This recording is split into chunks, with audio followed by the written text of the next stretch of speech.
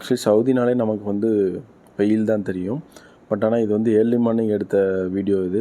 பனி பெஞ்சிட்ருக்கு காலையில். உங்களுக்கு அந்த லைட்டில் பார்த்தீங்கனாலே உங்களுக்கு தெரியும். இந்த ட்ரிசில்ஸ்லாம் வந்து அப்படியே வேவ்ஸ் மாதிரி போயிட்டுருக்கு. ஸோ இதில் கூட பார்த்தா உங்களுக்கு தெரியும். ஸோ ஏர்லி மார்னிங் எடுத்த ஃபுட்டேஜ்.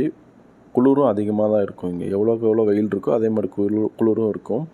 ஸோ அன்றைக்கி காலையிலேயே நான் ஷிஃப்ட்டு முடிச்சுட்டு போகும்போது ஒரு மணல் லாரி வந்து ஆக்சிடெண்ட் ஆகிடுச்சு. மேபி அந்த ஃபாக்னால் டிரைவர் கண்ணு தெரியாமல் இருக்கலாம் மேபி.